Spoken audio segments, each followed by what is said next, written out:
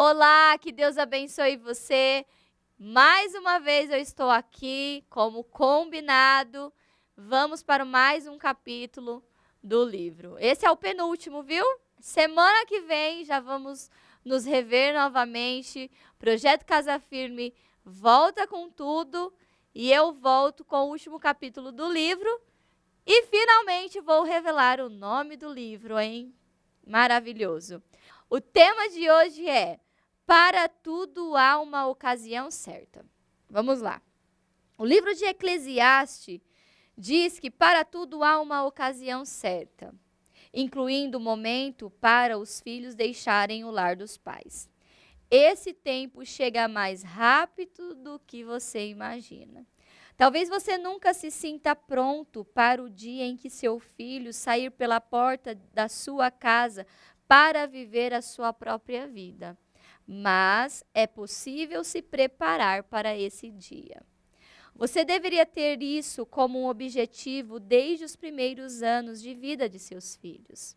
Conforme já falamos no capítulo 8, Gênesis 2 nos ensina que os filhos devem deixar a casa de seus pais e começar um relacionamento de uma só carne longe dos pais. Jesus cita em essa passagem em Mateus 19, do 4 ao 5, e declara que ela ainda é válida. Esse é o objetivo. O local de nascimento não é a residência permanente. Anota isso aí, mamãe, papai, principalmente você que é mamãe. O local de nascimento não é a residência permanente. Eu conheço mãezinhas que só de pensar, não quero pensar sobre isso, não, isso não vai acontecer, não, você não pode falar isso, não, vai acontecer, vai chegar um dia que o seu filho vai casar, vai bater asinhas e vai voar. Isso é bênção. No projeto de Deus, apenas o relacionamento entre marido e mulher é permanente. Filhos são uma parte essencial desse relacionamento, mas a presença deles no lar é apenas temporária. Eles estão de passagem. Seu trabalho, como ponderamos anteriormente, é criar uma estufa temporária para prepará-los para quando estiverem sozinhos. A tarefa dos pais é equipar seus filhos para continuarem a jornada e a começarem uma família que honrará a Deus. Vocês devem encorajá-los a se preparar para esse dia enquanto ainda são jovens. Muitas vezes os jovens saem de casa porque o lar se tornou insuportável. Certamente não é isso que você quer que aconteça. Quando chegar a hora de seus filhos deixarem a casa, seu desejo é que eles a deixem em paz, sabendo que o momento para isso e a direção que devem seguir. Este é o último objetivo, humanamente falando, para as conversas do dia a dia. Vejamos algumas implicações práticas. Pais, a maior prioridade da vida de vocês não pode ser seus filhos. Por mais maravilhosos que filhos sejam, se eles se tornarem o centro da sua vida, vocês mostrarão uma imagem distorcida do plano de Deus para eles. Seu objetivo primordial deve ser conhecer e honrar a Deus. Amar e conhecer a Deus é o primeiro e principal mandamento. É por isso que Jesus resume os mandamentos dizendo que primeiro você deve amar a Deus com todo o seu coração, como está em Mateus 22, do 37 ao 40. Se isso não for o que o motiva, você não será capaz de exercitar a fé quando surgirem as dificuldades. A fé em homens não é capaz de sustentar a vida. Se suas esperanças e seus sonhos estiverem depositados em seus filhos ou em seu cônjuge, ficará decepcionado ou poderá se tornar rancoroso e amargo. Se espera que seu cônjuge e os seus filhos ofereçam o conforto e o apoio que apenas Deus pode dar, acabará profundamente ferido. Você mesmo está preparando o ambiente para sofrer o desapontamento e a aflição de quando sua família falhar com você. Nenhum cônjuge ou filho pode se dar a esperança e prover o conforto, que somente pode ser encontrado em Deus. Deus não quer que tenha outros deuses além dele. Sua lealdade principal deve ser a Deus e somente Ele. Eu conheço principalmente mães que a lealdade dela está nos filhos. Teve uma moça que eu atendi, ela veio pedir um aconselhamento, ela estava namorando um rapaz, o rapaz eu acho que tinha 39 anos, quase 40. E ele veio, enrolando ela durante anos. E aí ela me perguntou, pastor, eu não aguento mais, ele não quer sair da casa da mãe, ele não quer assumir a responsabilidade, eu já moro num apartamento, eu deixei a minha cidade, aluguei um apartamento perto da casa dele, e mesmo assim ele não quer deixar a mãe, ele quer continuar morando com a mãe influencia, se eu falar algo, a mãe fala, se eu falo A, a mãe fala B, e ele já tem quase 40 anos e ele não quer formar uma família, ele não quer sair da casa da mãe. E aí eu disse para ela, meu amor, isso não é para você. Isso não é para você. Mães egoístas, pais egoístas fazem isso, mas principalmente a mãe. Mãe de menino, que a bispa vive falando, e ela já no início, logo que eu ganhei os meninos, ela falava sobre isso comigo. Jéssica, equilibre esse amor. Você não pode ter um amor possessivo, criar só para você. Você precisa soltar esses meninos. Porque a mãe de menino tem essa tendência de pegar aquele menino, não, ninguém tira ele de mim mais, agora ele é só meu. É um amor possessivo, doentio, desequilibrado. E isso é perigoso. E o que a palavra está dizendo aqui é que temos que estar preparados, temos que nos preparando, porque um dia os nossos filhos eles vão sair de casa, vão construir a sua família. E não devemos temer, muito menos segurar isso, dificultar essa saída, porque tem mães que dificultam essa saída e os prejudicados são os filhos, porque aí eles não conseguem completar a jornada, eles não conseguem completar o chamado, não conseguem formar uma família. E aí onde vem o quê? Frustração. Aí problemas vários. Então temos que tomar cuidado, principalmente você que é mãe de menino. Depois de Deus, seu foco deve estar em seu cônjuge. Em Efésios 5, maridos e esposas são instruídos a se relacionarem um com o outro como se relacionariam com o Senhor. O marido deve amar sua esposa como Cristo ama a sua igreja. A esposa deve se submeter a seu marido como se submete ao Senhor. Muitos livros excelentes foram escritos sobre esse tema. Então não vou entrar em detalhes aqui. O ponto, porém, é que seu cônjuge deve ser a pessoa mais importante da sua vida depois de Deus. E ele quer que o seu relacionamento entre vocês sejam permanentes nessa vida. Falei no outro capítulo que eu li, que o filho, ele vai crescer, vai casar, vai embora. Mas você e seu marido vão permanecer juntos até o final, numa só carne. Então, esse relacionamento, não pode haver essa troca. Porque tem casos que ocorrem essa troca, né?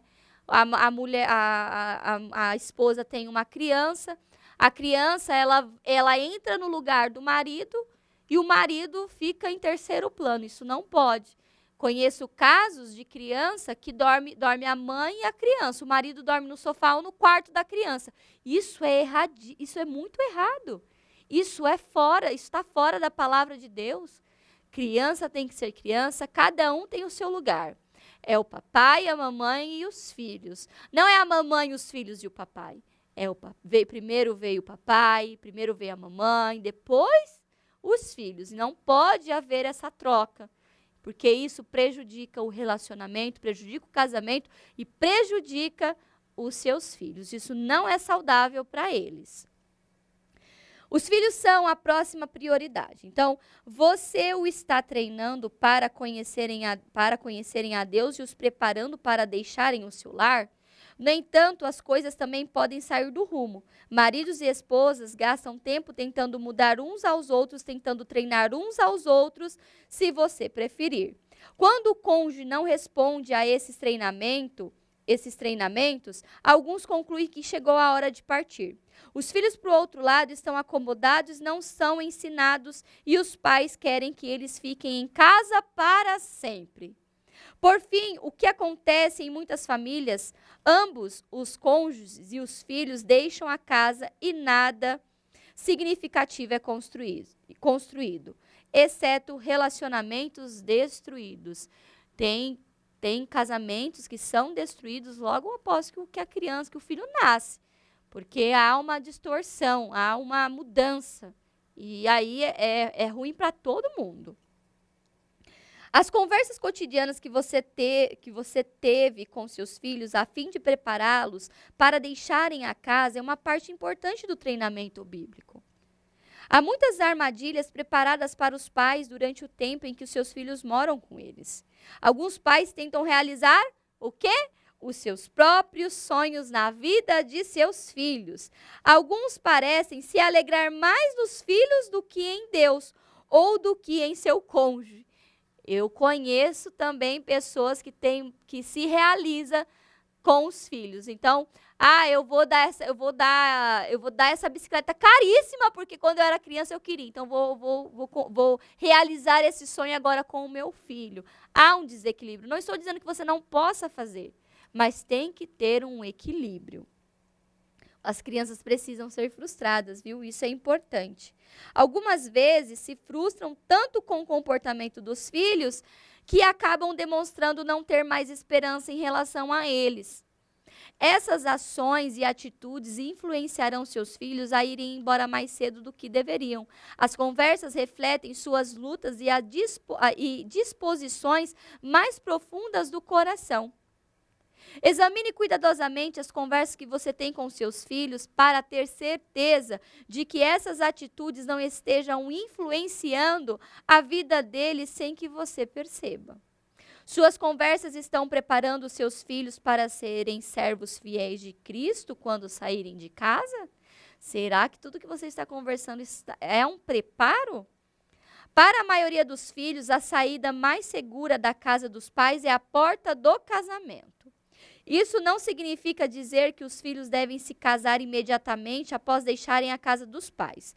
A Bíblia ensina que eles devem se planejar e estarem prontos para o casamento quando partirem, mesmo que os planos de casamento ainda estejam distantes. Provérbios 24, 27. Para todos os jovens, a porta de saída segura também deve conduzir a uma boa igreja. Frequentemente, os pais presumem que os filhos encontrarão a igreja certa. Essa é apenas uma grande suposição. O que as suas conversas refletem da sua visão sobre igreja? Como seus filhos, qual é a visão que os seus filhos têm sobre igreja? Elas revelam amor pela instituição que Deus promoveu para o seu alimento espiritual. À medida que seus filhos e outras pessoas escutam seus comentários sobre a igreja, a que conclusão eles chegam? Ou, você tem boas coisas a dizer sobre o seu pastor, sobre os seus líderes da sua igreja, sobre os seus irmãos em Cristo? Seus filhos sabem da necessidade de uma igreja séria e fiel ao padrão de Deus? Veja o que Paulo diz em Efésios 4, do 11 ao 14. E ele designou alguns para apóstolos, outros para profetas, outros para evangelistas e outros para pastores e mestres, com o fim de preparar os santos para a obra do ministério, para que o corpo de Cristo seja edificado, até que todos alcancemos a unidade da fé e do conhecimento do Filho de Deus e cheguemos à maturidade, atingindo a medida da plenitude de Cristo. O propósito é que não sejamos mais como crianças, levados de um lado para o outro pelas ondas, nem jogados para cá e para lá. Portanto, por todo o vento de doutrina e pela astúcia e esperteza de homens que induzem ao erro. Essa passagem nos ensina muitas coisas, mas para o nosso propósito, vamos nos concentrar apenas em uma delas. A igreja é necessária para proteger seus filhos dos enganos do mundo. Paulo diz que a igreja foi dada para que os cristãos pudessem alcançar o quê? A maturidade. Sem a instrução da igreja, seus filhos serão presas fáceis de um mundo enganoso, repleto de astúcia e ilusões. Se Deus não tivesse provido a sua igreja, seus filhos se considerariam adultos sábios, prontos para enfrentarem o mundo, mas na verdade seriam como crianças levadas por aqueles que os induziram a se enganar terrivelmente. É isso que o versículo 14 significa quando diz: o propósito é que a proteção contra os ventos hostis do mundo está principalmente em fazer parte de uma igreja que segue a Deus e sua palavra.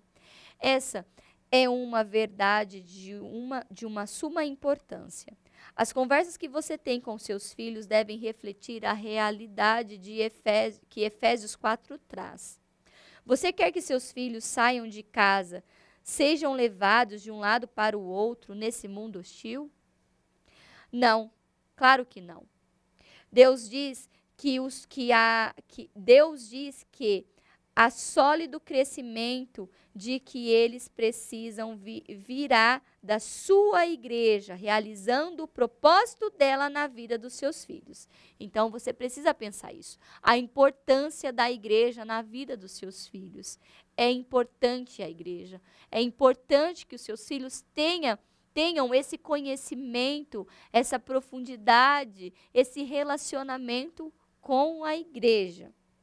Quando seus filhos saírem de casa, eles já deverão ter aprendido, por meio de suas conversas, a enxergar que o casamento e a igreja formarão uma estrutura sólida para a vida que construirão fora de sua casa. Então, essa unidade, porque assim, esse jovem ele vai sair de casa, ele vai casar, ele vai seguir a vida dele. E será que depois que ele casar, ele vai continuar nesse relacionamento com a igreja ou ele vai parar? E já sabemos que se ele parar e decidir viver a vida com a esposa dele sem a igreja, vai dar errado. Então, precisa haver essa junção. Casamento e igreja formarão uma estrutura sólida para a vida que construirão fora da sua casa. Você deseja preparar seus filhos para deixarem a casa. Suas conversas, portanto, devem ajudá-los a se prepararem para isso. Mesmo que diga com todo amor e ternura que não deseja que eles saiam de casa, o que acontece com a maioria dos pais? Você também deve dizer o que Deus espera deles. E é isso que Deus deseja para eles. É isso o que você deve desejar também. Então, você como pai, como mãe, precisa trabalhar e desejar isso, conversar sobre isso com seus filhos. Meu amor, vai chegar um dia que você vai sair de casa. Você vai construir a sua família, mas só tem um caminho: construir a sua família em Deus, na igreja, ali na igreja. Como é maravilhoso você construir a sua família em Deus e na igreja. Eu construí a minha família na igreja, a bispa construiu toda a família dela na igreja. Então, essa junção, eu saio de casa, eu me caso, mas eu mantenho a minha fé, eu mantenho tudo aquilo que eu aprendi com os meus pais. Por isso, papai e mamãe, tudo que você tiver que ensinar os seus filhos, ensine agora. Invista tempo, coloque os mandamentos, grave a palavra de Deus no coração dos seus filhos. Porque quando chegar aquele momento deles deixarem a sua casa, você vai deixar, não, pode ir em paz, meu amor, agora chegou o seu momento, chegou a sua hora, vai formar a sua família, vai crescer, chegou o seu tempo. Esse é o nosso papel. O nosso papel, mais uma vez, é preparar os nossos filhos para que eles consigam aí no futuro fazer, para que eles consigam fazer essas escolhas certas, as escolhas que vão gerar bênçãos na vida deles, na vida dos filhos dos filhos. Amém? Mais uma atividade para você. Primeira pergunta: o que suas conversas revelam da sua visão sobre a igreja? Então, como você vê a igreja? Será que a igreja é importante para você ou não? Segunda pergunta: o mundo diz que há validade em estruturas alternativas de organização familiar. O que seus filhos acreditam sobre o projeto de Deus para o casamento e para a família? Então, o que os seus filhos pensam sobre casamento, família e igreja? Conversa sobre isso com eles. Os meus filhos, por exemplo, o João diz que ele quer ser igual ao papai. Ele quer ajudar as pessoas, ele quer estar na igreja, ele quer ser pastor, ele quer ser o pai dele. E isso é bom, é algo que está sendo ali plantado todos os dias. Terceira pergunta: como você está ajudando seus filhos a se prepararem para deixarem a sua casa? Então responda, isso é muito importante, vai te ajudar, né? Como eu falei no primeiro capítulo desse livro, está até aqui, não vou falar o nome do livro, né? Mas aqui está rabiscadinho que no primeiro capítulo do tempo, lembra do tempo? Tem a atenção do seu filho, quem fica mais tempo com ele. Eu fiz a atividade aqui, eu descobri que eu passava muito pouco tempo com os meus filhos e eu mudei tudo isso nesse ano de 2023. E nesse ano de 2023, os meus filhos vão estudar só no período da tarde.